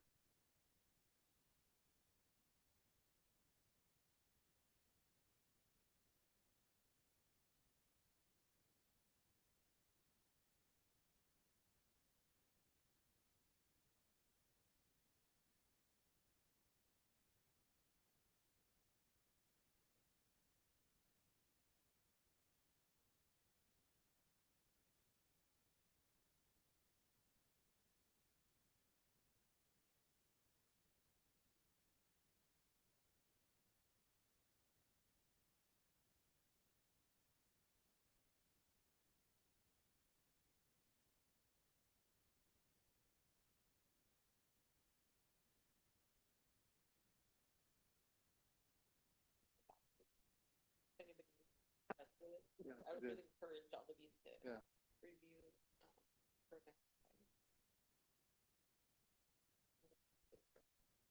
The board will.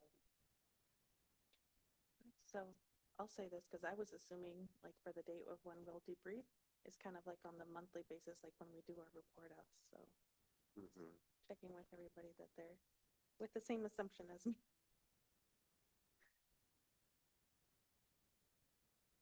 And number 5 there is then that we'll repeat the process at the next meeting.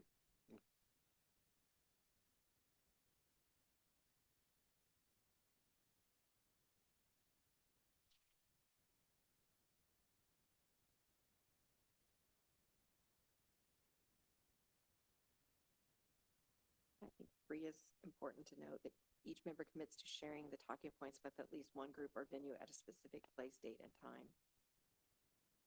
These can be local civic organizations, local government meetings, faith communities, community organizations. And I would never even have thought about like a homeowners association until this gentleman said like that was one of the conversations. They wanted to get involved with the schools. And so, and he goes, and there are other homeowners associations, and and I'm like, yeah, there are. So.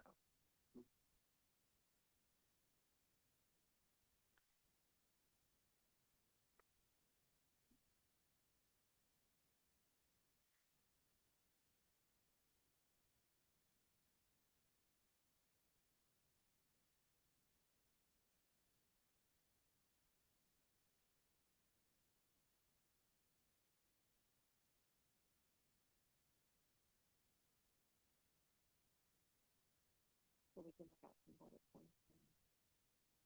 Scripting of this and everybody is fine with these 5 things that we talked about. I have more than 5, yeah.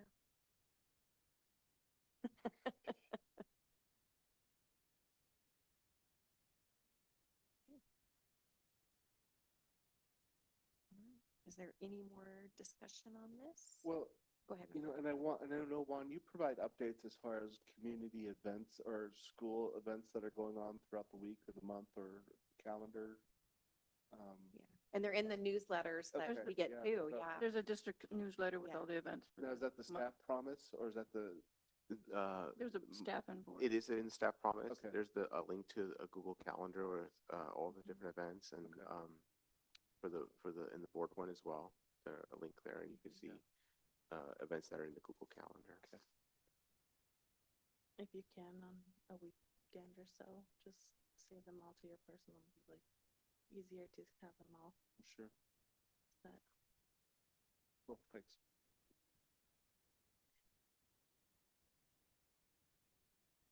Okay.